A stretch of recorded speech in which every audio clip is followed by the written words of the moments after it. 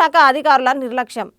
24 గుంటల భూమి కోసం 2 సంవత్సరాల నుండి కాలయాపన. ఫారెస్టులో మా భూమి లేదు, మాది పట్టా భూమి అంటూ కలెక్టరేట్ కార్యాలయం చుట్టూ తిరిగినా కూడా ఫలితం శూన్యం. వికారాబాద్ జిల్లా కొడంగల్ మండలం చిట్లపల్లి గ్రామానికి చెందిన శ్రీనివాస్ ఈరోజు వికారాబాద్ జిల్లా కలెక్టరేట్ ప్రధాన గేట్ పై ఎక్కి ఒక తాడు తీసుకొని ఆత్మహత్య యత్నానికి పాల్పడ్డాడు. శ్రీనివాస్కు నచ్చజెప్పి కిందికి దింపిన పోలీసులు. సంవత్సరం నుంచి వాళ్ళకి రికార్డు దొరుకుతలేవా?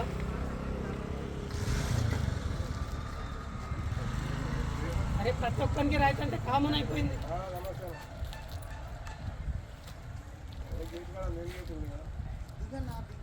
నేను దిగాను, నేను ఇక్కడ రాకపోయినా ఎందుకు అయినా వస్తుంది సార్. వద్దు నాకు వద్దు సార్. రైతు ఈ రైతు కుటుంబంలో పుట్టి ఇవన్నీ వద్దు సార్. ఈ అమ్మ చచ్చేది బేబీ కాదు.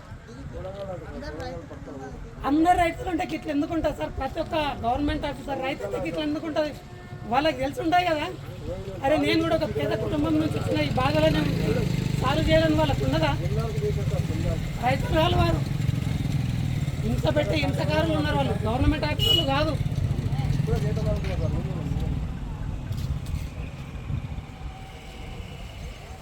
అదే రైతుకి ఏడ అడుగడుగున పోయిన కష్టాలన్న, అడుగడుగున పోయిన కష్టాలే. ఈ అమ్మ ఎన్ని రోజులు తిరగాలి?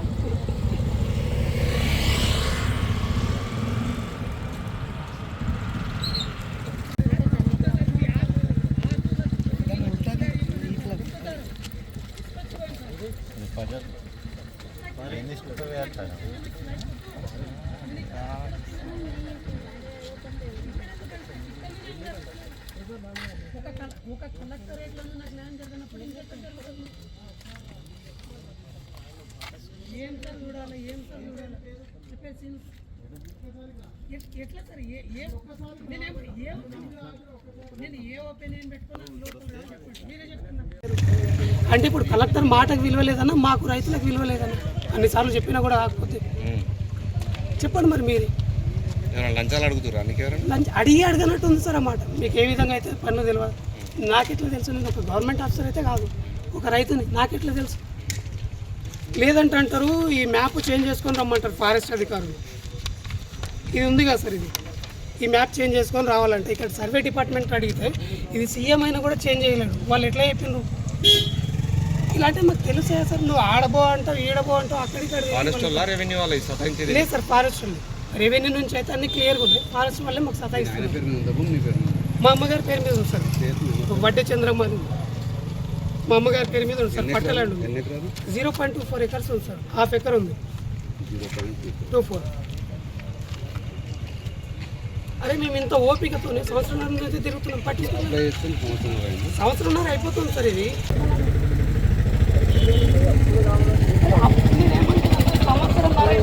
సంవత్సరంన్నర ఏం టైం సార్ ఇది? సార్ నేనేమంటున్నా, ఒక పేద కుటుంబం నుండి చూడండి, అక్కడ పొలం చూసుకోవాలా, పశువుల్ని చూసుకోవాలా, ఇక్కడ పనులు చూసుకోవాలంటే కాదు సార్. కింద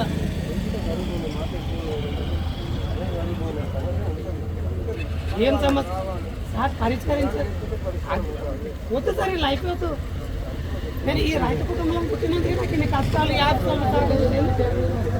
అదే నేను ఏదో రాజకీయ నాయకుల నుండి లేదా మంచి క్యాష్ పార్టీ నుండి ఉంటే నా పని అయిపోయింది. అరే మీకు ఏ విధంగా అయితే పనులు తెలియదా అంటారు, ఎట్లా అవుతుంది సార్?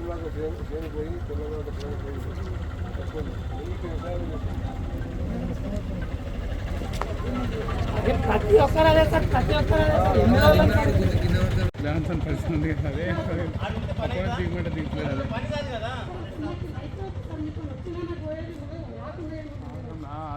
చేసే పరిస్థితి